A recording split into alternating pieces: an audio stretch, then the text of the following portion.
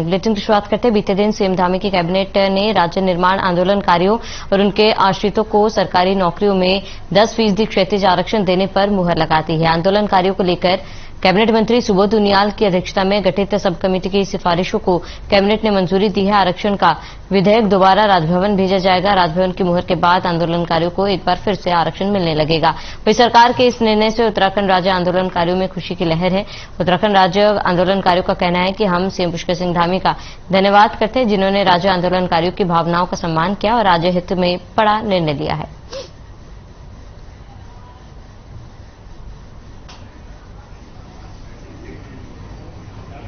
देखिए, 26 अगस्त 2013 से जिस प्रकार से माननीय उच्च न्यायालय नैनीताल के द्वारा राज्य आंदोलनकारियों के 10% क्षैतिज आरक्षण को लेकर आज तक निर्बाध रूप से हम लोग लड़ाई संघर्ष करते आ रहे थे और तमाम राज्य आंदोलनकारी हमारे जो बेरोजगार हैं या जो रोजगार में है उन चीजों को लेकर लगातार संघर्षरत रहे हैं और वो रोजगार से रहे। अगर वो लड़का उस समय रोजगार पे होता तो आज शायद वो एओ होता। तो लेकिन आप देखिए कि हमारे संघर्ष में कोई कमी नहीं थी। पिछले 4 साल हमारे जरूर खराब गए त्रिवेंद्र सरकार के, लेकिन वर्तमान सरकार ने जो त्रिवेंद्र धामी जी ने जिस प्रकार से राजभवन से उसको मंगाने का काम किया, वापस लाने का काम किया, हमारे उसको उन्होंने स्वीकार किया।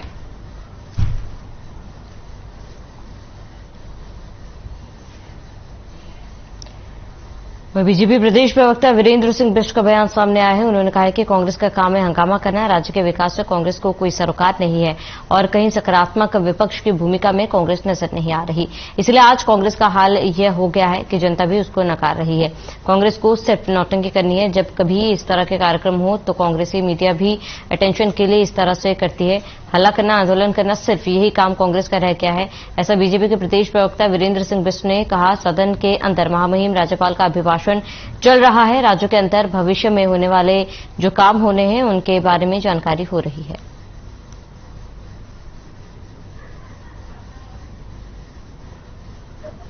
देखिए, जो भी पूर्व में घोषणाएं हुई हैं और निवेश के संबंध में गैरसैंण को भव्य और दिव्य बनाने के लिए जो सरकार ने लक्ष्य लिया है, उसको आगे बढ़ाने का काम माननीय मुख्यमंत्री पुष्कर सिंह धामी जी कर रहे हैं और विधानसभा अध्यक्ष श्रीमती रितु खंडूरी ने भी इसकी समीक्षा करी है। गैरसैंण को संवारने का काम, गैरसैंण को नाम देने का काम अगर किसी ने किया है तो भारतीय जनता पार्टी की सरकार ने किया है।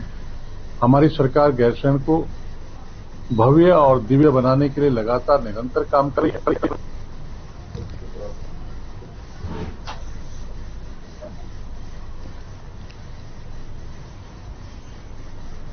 गैरसैंण में विधानसभा सत्र का आज दूसरा दिन है। इसी को लेकर कांग्रेस पार्टी लगातार विधानसभा के बाहर हंगामा कर रही है। आपको बता दें कि गन्ना समर्थन मूल्य बढ़ाने की मांग को लेकर कांग्रेस ने विधानसभा सत्र शुरू होने से पहले विधानसभा गेट पर हंगामा किया। उपनेता प्रतिपक्ष भुवन कापड़ी का कहना है कि हर चीज के दाम बढ़ते जा रहे हैं, लेकिन किसानों की फसल के दाम अभी नहीं बढ़े हैं। इसी मांग को लेकर कांग्रेस हंगामा काट रही है।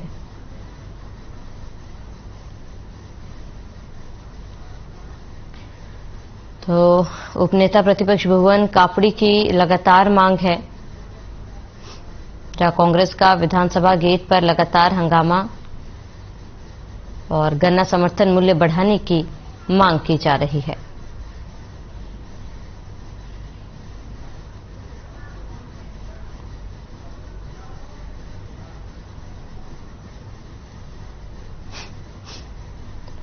तो गन्ना समर्थन मूल्य बढ़ाने की मांग की गई। आपको बता दें कि उपनेता प्रतिपक्ष भुवन कापड़ी द्वारा ये मांग की गई है। कांग्रेस ने विधानसभा गेट पर हंगामा किया और गन्ना समर्थन मूल्य बढ़ाने की मांग की है।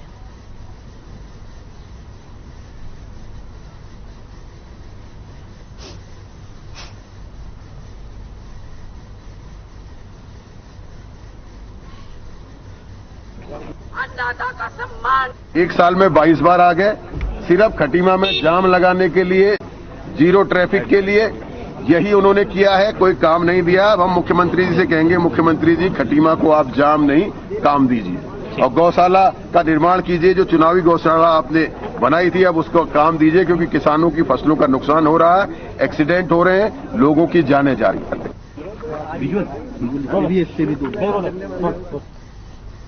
तो उत्तराखंड विधानसभा के बजट सत्र के दूसरे दिन कांग्रेस के सभी विधायकों को एक दिन के लिए सस्पेंड कर दिया गया। उत्तराखंड विधानसभा के इतिहास में यह पहली बार है जब एक साथ विपक्षी पार्टी के सभी विधायकों को एक दिन के लिए सस्पेंड किया गया।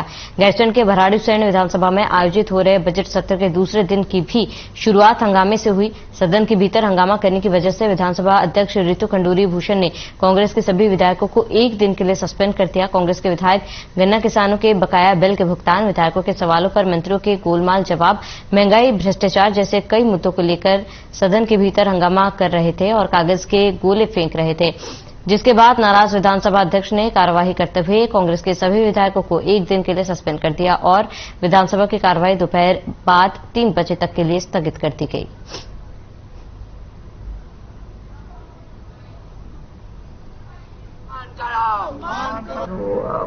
अवहेलना का इन्होंने वो किया था, उस पर निर्णय आया था, सरकार के माध्यम से निर्णय आया था और सब कुछ न्यायालय में चल रहा है।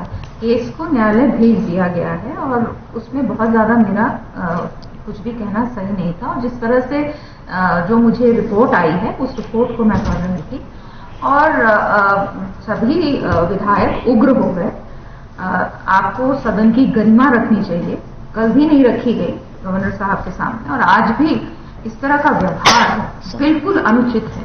आप बातचीत कर सकते थे, आप मुझसे अलग से आके बातचीत कर सकते थे, लेकिन इस तरह का उग्र व्यवहार क्या प्रदर्शित वो करना चाह रहे थे, क्या दिखाना चाह रहे थे, मुझे नहीं पता। अन्नदाता का सम्मान करो, सम्मान करो, सम्मान करो। अन्नदाता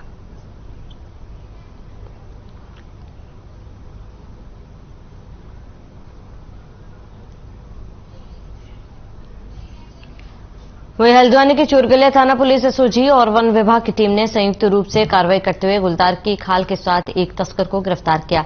एसएसपी पंकज भट्ट ने खुलासा करते हुए बताया कि चोरगलिया में चेकिंग के दौरान 24 वर्षीय सूरज के पास गुलदार की खाल बरामद हुई है। पकड़े गए तस्कर ने पूछताछ में बताया कि उसने मांस में जहर मिलाकर गुलदार को पहले मौत के घाट उतारा और उसके बाद उसके दांत बेच दिए और गुलदार की खाल बेचने के लिए सूरत जा रहा था, क्योंकि गुजरात के सूरत में गुलदार की खाल की बड़ी डिमांड है। पकड़ा गया तस्कर सूरज चोरगलिया क्षेत्र का ही रहने वाला है। वहीं अब पुलिस जांच में जुट गई है कि इस तस्कर सूरज ने आखिर गुलदार के दांत किसको बेचे। पूछताछ के बाद उस पर भी कार्रवाई की जाएगी।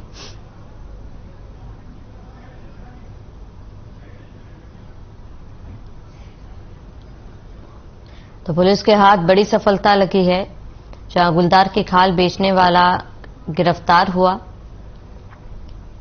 एसएसपी पंकज भट्ट ने खुलासा करते हुए गुलदार की तस्करी करने वाले को गिरफ्तार कर लिया है। तो हल्द्वानी पुलिस को एक बड़ी सफलता, जहां पर गुलदार की खाल बेचने वाला गिरफ्तार हुआ है और इस बात की जानकारी एसएसपी पंकज भट्ट ने दी है।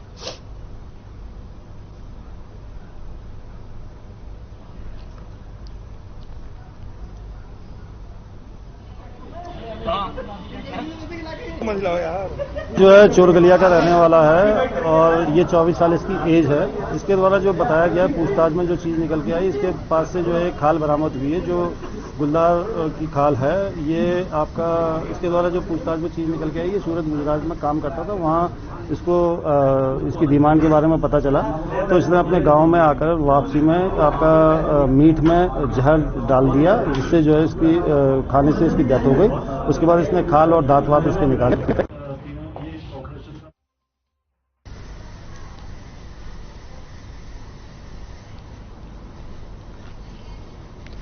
तो पिछले काफी समय से काशीपुर के टांडा उज्जैन क्षेत्र में एक मकान में चल रहे देह व्यापार का भंडाफोड़ करते हुए एंटी ह्यूमन ट्रैफिकिंग टीम तथा एसओजी ने 2 युवतियों और 4 युवकों को गिरफ्तार किया, जिनको कोतवाली लाकर गहनता के साथ पूछताछ की जा रही है। आज कोतवाली परिसर में घटना का खुलासा करते हुए कोतवाली प्रभारी मनोज रतूड़ी ने बताया कि काशीपुर पुलिस को विगत कई दिनों से टांडा उज्जैन क्षेत्र में एक मकान में चल रहे देह व्यापार की सूचना प्राप्त हो रही थी, जिसको लेकर एंटी ह्यूमन ट्रैफिकिंग टीम तथा एसओजी की टीम ने सुनियोजित तरीके से छापेमारी कर एक मकान में अनैतिक कार्य में लिप्त 2 युवतियों और 4 युवकों को गिरफ्तार कर लिया। एंटी ह्यूमन ट्रैफिकिंग टीम प्रभारी बसंती आर्य ने बताया कि एक सूचना के आधार पर टांडा उज्जैन क्षेत्र में रेलवे क्रॉसिंग के पास एक मकान में छापा मारा गया। छापे के दौरान वहां 2 युवतियों और 4 युवकों को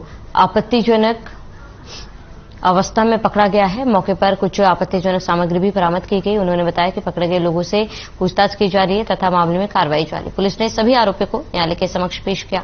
इधर रिहायशी क्षेत्र में देह व्यापार की सूचना को हड़कंप मच गया।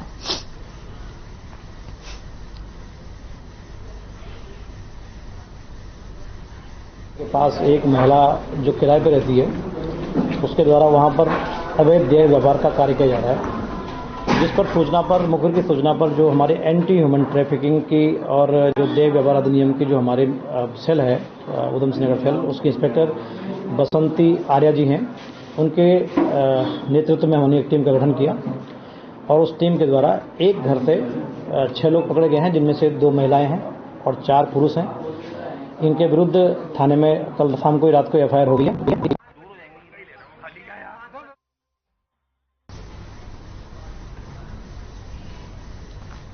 ऋषिकेश के युवा को गांजा बेचने के लिए नशे के सौदागर को पुलिस ने गिरफ्तार किया है, जिसके कब्जे से 2 किलो 500 ग्राम गांजा पुलिस ने बरामद किया है। पुलिस ने आरोपी के खिलाफ एनडीपीसी की धारा में मुकदमा पंजीकृत कर लिया है। आरोपी को न्यायालय में पेश किया गया, जहां कोर्ट के आदेश पर पुलिस ने आरोपी को जेल पहुंचाया। श्यामपुर पुलिस चौकी प्रभारी जगत सिंह ने बताया कि नशे के सौदागर की पहचान राम अवतार निवासी गुमानी वाला ऋषिकेश के रूप में हुई है। राम अवतार पहले भी नशीले पदार्थों की तस्करी करने के आरोप में जेल की हवा खा चुका है। चौथी बार राम अवतार को गिरफ्तार कर जेल पहुंचाया गया और चौकी प्रभारी ने बताया कि लगातार शराब और मादक पदार्थों की तस्करी करने वालों के खिलाफ कार्रवाई कर उन्हें गिरफ्तार किया जा रहा है।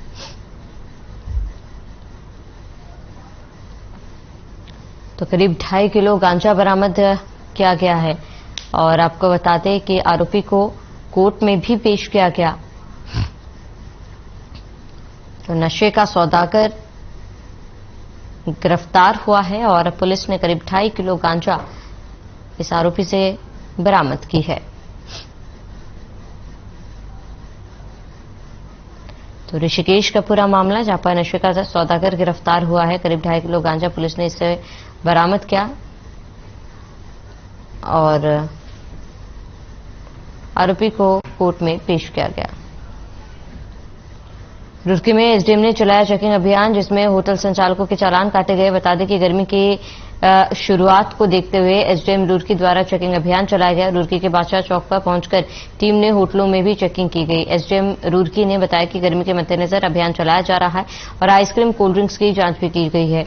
इस दौरान होटलों में रखे घरेलू सिलेंडर भी जब्त किए गए और कई लोगों के चालान भी काटे गए हैं और पॉलीथीन बरामद की गई। वहीं एक होटल स्वामी ने विरोध करते हुए कहा है कि जब दुकानदारों के चालान 500 के काटे गए हैं तो मेरा चालान 5000 का क्यों काटा गया, जबकि मैं दिन भर में 2000 की भी दुकानदारी नहीं कर पाता हूं और जो बड़े दुकानदार हैं उनका 500 का चालान काटा गया।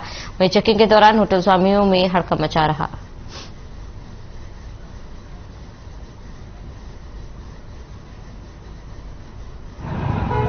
अब कोल्ड ड्रिंक, आइसक्रीम और सारी चीज़ों की चीज़ें शुरू हो जाएंगी, तो उसके हमने हम मार्केट में ये कर रहे हैं कि जो भी क्वालिटी और हाइजीनिक प्रोडक्ट्स को मार्केट में कोई भी एक्सपायर्ड ना हो, उसी क्रम में हम सही तरीके से कराएं और आपूर्ति विभाग के साथ भी कराएं कि कोई सिलेंडर जो है कमर्शियल वाले यूज़ करें, कोई भी होटल जो है वो नॉन कमर्शियल का यूज़ करें, जो भी है उसे यूज़ करें। बाकी जहाँ भी हमें एक्सपायर्ड मटीरियल मिल रहा है तो वो हम उसको नोटिफिकेशन करेंगे। देखिए गैस की चल रही है, ठीक है, हमारे पॉलीथीन मिली है, एक पैकेट मिला है, तो हमारा 5000 चालान कटा गया बराबर में और 500 काटेगा। ये तो हो रहा है, क्यों हो रहा है साथ में इस तरह, मतलब ऐसा क्यों हो रहा? अगर आप 5 लाख हमारी भी तो नहीं है, हमारी भी इनकम भी नहीं, सुबह से शाम हो जाए 2000 के अंदर ही होती है। बताओ कहाँ 5000 रुपये चालान, आप जायज मारे तो आप 200 500 काटे तो हमारी 500 काट, तो इस तरह हम छोटे दुकानदार 5000 काटते हो आप, ये तो आप दबाने वाली बात कर रहे हैं हमें। बहुजन समाज पार्टी के संस्थापक कांशीराम के जन्मदिन उत्सव पर बुधवार को हल्द्वानी में प्रदेश भर के बसपाइयों का जमावड़ा होगा। वहीं पार्टी की ओर से कांशीराम के जन्मदिन को बड़ी धूमधाम से मनाया जाएगा। आयोजित प्रेस वार्ता में जानकारी देते हुए बहुजन समाज पार्टी के जिला अध्यक्ष शिव गणेश ने बताया कि कल दिन बुधवार को बहुजन समाज पार्टी के संस्थापक कांशीराम का जन्मदिन धूमधाम से मनाया जाएगा। कार्यक्रम में पार्टी के प्रमुख नेता जुटेंगे, जिसके बाद नेताओं की ओर से श्रद्धा सुमन अर्पित किए जाएंगे। कार्यक्रम में नैनीताल और उधम सिंह नगर जिले की समस्त विधानसभाओं से स्थानीय पदाधिकारी व कार्यकर्ता भी मौजूद रहेंगे। कार्यक्रम में पूर्व विधायक नारायण पाल, प्रदेश प्रभारी नंद गोपाल गौतम, पूर्व कैबिनेट मंत्री गया चरण दिवाकर, BR धोनी सहित कई और बड़े नेता भी मौजूद रहेंगे। इसके अलावा उन्होंने कहा कि उत्तराखंड में बहुजन समाज पार्टी आगामी निकाय चुनाव और 2024 का लोकसभा चुनाव पूरी मजबूती के साथ लड़ेगी।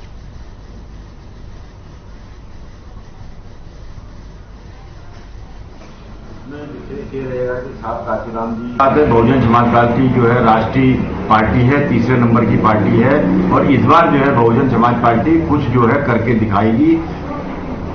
अचंभे जो है परिणाम घोषित होंगे। जो हमारे जो बहुजन समाज पार्टी का जो बहन जी का नारा है, सर्वजन हिताय सर्वजन सुखाय, इसके तहत जो हमें जो है अति पिछड़ा वर्ग और अपर कास्ट के जो लोग हैं वो भी हमसे जुड़ रहे हैं, हमें उनसे जुड़ने का प्रयास कर रहे हैं और जुड़ना भी चाह रहे हैं, क्योंकि ये दो पार्टियों से जो है हमारा देश जो है ऊब गया है और जनता चाहती कोई तीसरी पार्टी उभर के आए, हम उसके साथ खड़े होते हैं।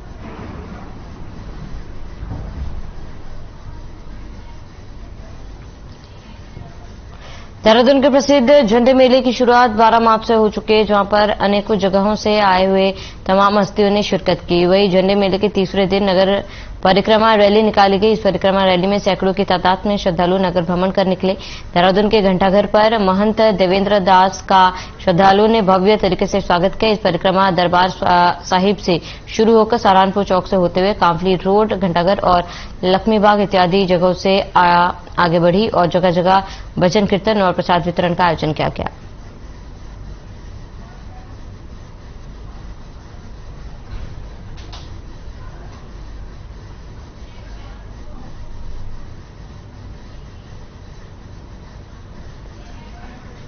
तेज रफ्तार वाहन चालक ने मनसा देवी रेलवे फाटक पर बैरियर को जोरदार टक्कर मार दी। घटना में रेलवे का बैरियर टूट गया, जिससे रेलवे के कर्मचारियों में हड़कंप मच गया। मौके पर जाम भी लग गया है। किसी तरह रेलवे के कर्मचारियों ने वाहनों को दूर रोककर ट्रेन को पास कराया। कड़ी मशक्कत के बाद रेलवे के कर्मचारियों ने टूटे हुए बैरियर को साइड किया। सूचना मिलते ही ऋषिकेश रेलवे स्टेशन से अधिकारी और आरपीएफ के जवान मौके पर पहुंचे। उन्होंने रेलवे क्रॉसिंग पर मौजूद कीमैन से घटना की जानकारी ली। मौके पर बैरियर को टक्कर मारने वाले ट्रक को कब्जे में लेकर ड्राइवर को भी हिरासत में लिया।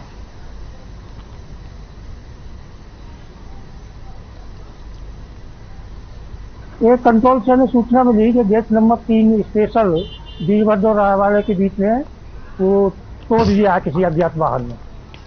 हम मौके पे पहुंचे तो गेटमैन ने वाहन को भी रोक रखा था, चालक को भी, उसकी तहरीर पे, और जो है वाहन चालक और को जब्त कर वाहन को सीज कर मुकदमा दर्ज किया जा रहा है।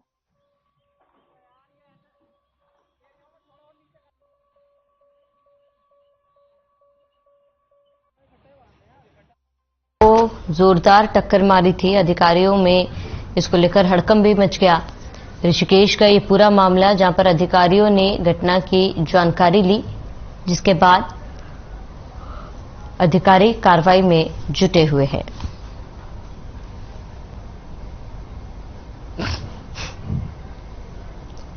तो अधिकारियों ने पूरी घटना की जानकारी ली है। ऋषिकेश का पूरा मामला, रेलवे फाटक बैरियर को एक गाड़ी ने जोरदार टक्कर मारी थी, जिसके बाद अधिकारियों में हड़कंप मच गया और अधिकारियों ने इस बात की जानकारी दी।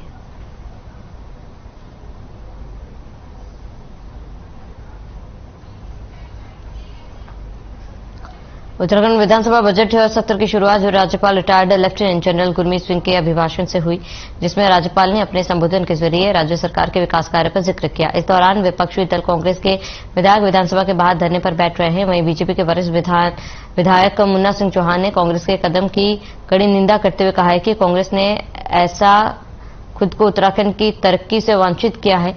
मुन्ना सिंह चौहान ने राज्यपाल के अभिभाषण को प्रदेश सरकार का विजन बताया। चौहान ने कहा है कि सीएम धामी के नेतृत्व में प्रदेश प्रगति पथ पर पूरी रफ्तार से आगे बढ़ रहा है और पेश होने वाला बजट उत्तराखंड के लिए गेम चेंजर साबित होगा। समझते हैं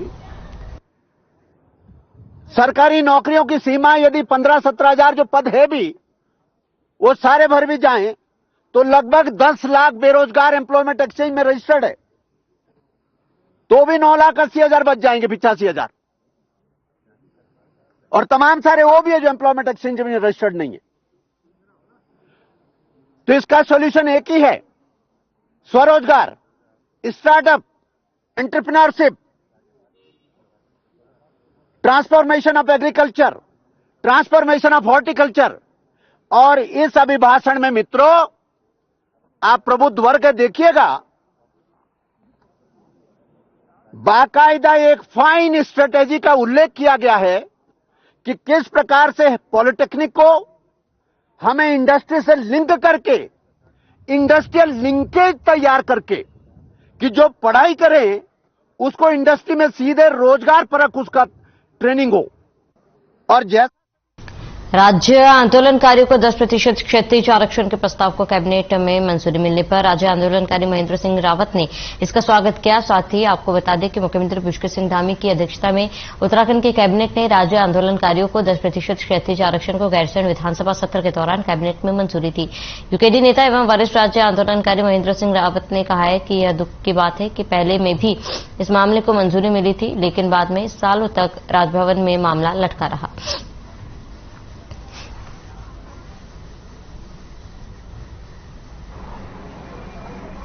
बार भी ये वहां पे गया था, 6.5 साल तक राजभवन में बिल लटका रहा। और जो आंदोलनकारियों के थे, हमने उन आंदोलनकारियों को हमने पहले भी ज्ञापन दिया था कि कम से कम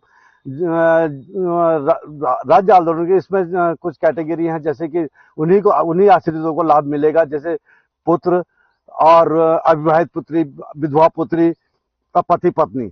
हम चाह रहे थे कि इसमें जो 60 साल का आज चिन्हित उसका लड़का अपने आप स्वाभाविक है कि 40-45 साल का होगा इसका, तो हम चाह रहे थे कि इसमें पुत्र पुत्री या उनके पुत्र वधू भी आना चाहिए था। अगर इस तरीके से विधेयक लाए थे तो हम इसका स्वागत करेंगे।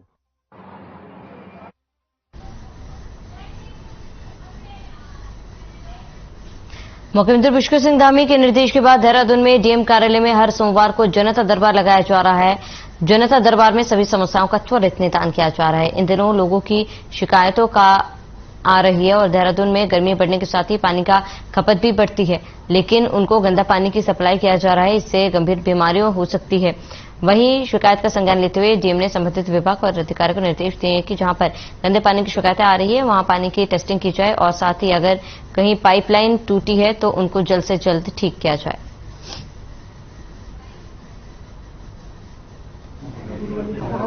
नहीं, जो रूटीन की शिकायतें हमारे पास लैंड से रिलेटेड आती हैं, क्योंकि शहर बढ़ रहा है और रजिस्ट्रीज रेगुलर बेसिस पे हो रही हैं, तो उन्हीं से रिलेटेड शिकायतें हमारे पास आती हैं। लेकिन उसके अलावा घरेलू झगड़े हो गए, बिजली, पानी, आपदा से रिलेटेड ये कंप्लेंट्स तो हमारी आती ही हैं और आज भी उसी तरह से करीबन 93 कंप्लेंट्स हैं।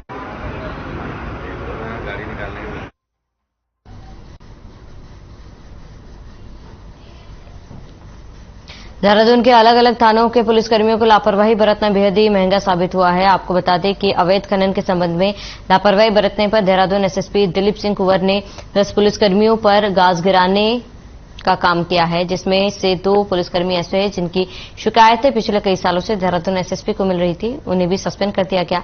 8 पुलिसकर्मियों को एसएसपी दिलीप सिंह कुंवर ने लाइन हाजिर किया। देहरादून कप्तान के इस कदम से पूरे प्रशासन में खलबली मच गई। इस मामले पर एसएसपी दिलीप सिंह कुंवर का कहना है कि खनन माफियाओं पर पुलिस की कार्रवाई लगातार जारी है और किसी भी अवैध खनन करने वाले को नहीं बख्शा जाएगा।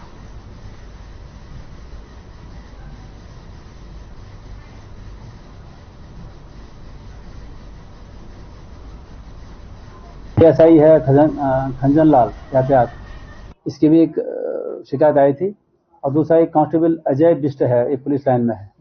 तो इन दोनों की जो है वो लापरवाही अनुशासनहीनता की शिकायत आई थी, तो उन दोनों को सस्पेंड कर दिया मैंने और बाकी जो 8 कांस्टेबल हैं इनको लाइन हाजिर किया है।